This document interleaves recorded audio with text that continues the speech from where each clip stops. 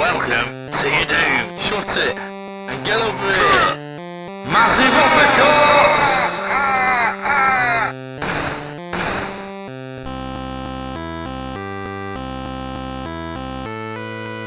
Hello and welcome to another edition of the JabJab Show. Today I'm reviewing Jack Reacher, Never Go Back. I'd just like to apologise. I would have saw this film a few days before I did. It's just the fact I had a few production woes on the video for Batman vs Superman, the Blu-ray review. There's a couple of shots I felt I had to reshoot, and if you've seen the video, you'll know which ones they are because they look quite different, look and sound quite differently. So as a result, I couldn't watch the film when I wanted to because I was in specific windows of time, windows of opportunity, if you will. To watch films because of various things I've got to do and stuff. But anyway, I watched it now, stop panicking. So so Jack Reacher, Never Go Back. It's directed by Edward Zwick. He's done films like Coming Under Fire, Defiance, Blood Diamonds, Pawn Sacrifice, and he's also directed Last Samurai with Tom Cruise, who's also is in this film. This isn't a sequel to that film. It's a sequel to the 2012 Jack Reacher film. So once again, this film is based on a Lee Child novel from his Jack Reacher series.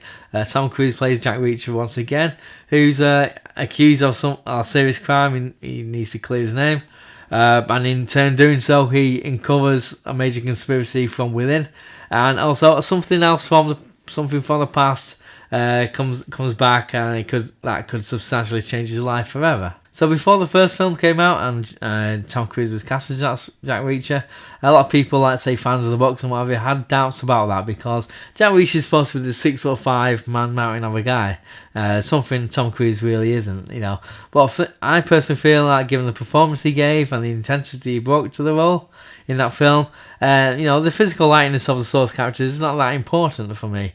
Even though obviously certain dynamics have changed because of that. It's kind of like Terminator 1, where you had Lance Henriksen and I believe O.J. Simpson they were both considered for the role of the T-800. James Cameron has gone on record to say he initially wanted the machine to be able to just blend into the background while he goes about his business and whatever. But then he had a meeting with Arnold Schwarzenegger, and then he got cast as a Terminator as we know and love.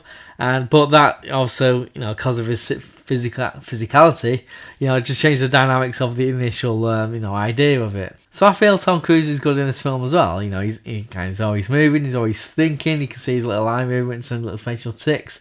So he's always trying to stay ahead, like one step ahead of what's happening. Also, they flesh out his character a bit more in this. This is down to the fact when the situation he becomes involved in. He becomes part of a team of three. The other two are Agent Turner, played by Cobie Smulders, and Danika Yarosh, who plays Samantha. She plays a younger one whose relationship with another character in the story means she's targeted by the bad guys. So when they're thrown together in the story, they felt at times, oddly enough, like a dysfunctional family. There's one part in particular where it's like a couple of disapproving parents waiting for the daughter to come home to give her telling off and whatever. It kind of like skated towards the line a little bit to like opening up Jack Reacher as a character a bit too much, but nothing too cute happened. There were times, especially near the end, when Jack Reacher was saying and doing certain things where he had an internal conflict going on. He didn't know what to do sometimes, and you can see it with his body movements and whatever. And I'm glad they didn't do certain things, but it kept the integrity of the character. I really like Tom Cruise in these moments. It seems a natural progression from the first film, with his character. I know the story don't follow one another in the novels, but I can see why they made this film a sequel to the previous one. Cobie Smulders is good in this film. Like, she's got experience on some of the Marvel films. Danika Yarosh is pretty good as well. I think this is her first major film. She don't play the like a moody teenager or damsel in distress. She seems to be kind of like, she's quite streetwise. She's got shit together. She's probably a bit too savvy maybe in some of the scenes, but given that her background is her character's background is a little bit sketchy, and you can kind of forgive all that. So I like the performances of all three of them. You know, it's very quite intense. Some of the scenes in this film.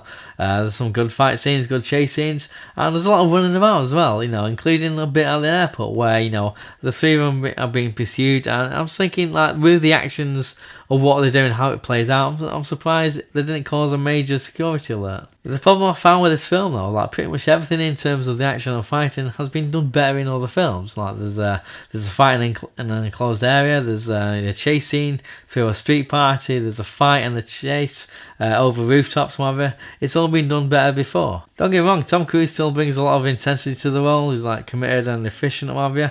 It's just that I feel the direction and choreography of these scenes don't really have the visual panache as say like a Bourne film, the Matt Damon ones, or like some of the recent Bond films, and nothing there can really touch anything from the Raid films. But what I did find endearing about the film was like it felt like a throwback to a lot of 80s action films. You know, in its in some of the delivery. I mean, the tagline to this film is "Never give in, never give up, and never go back," which could all be Chuck Norris films. If you think about it.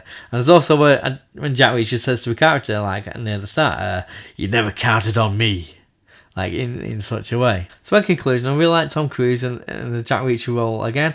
A lot of the acting is really good throughout as well. And I like certain story elements. I don't want to spoil it for you. And I think they kept on the right side of Jack Reacher's integrity that they established in the first film as well. When the threats maybe at times, especially towards the end, where they could have really gone the other way. But like I say, it's just the action scenes and the chase scenes and whatever, the fighting that have been done better in other films, like I've mentioned before. And I'm going to include Tom Cruise's own Mission Impossible series. So them's my opinions. What's yours? And yours and yours and yours. Just let me know down below in the comment section. And who's your favourite Jack in films, either actor or characters? Let me know down there who's your favourite Jack. So like, subscribe, comment, all the rest of it, and tell your friends and everything. And in the words of the new Cyrus, send the word. 9, 8, 7, 6,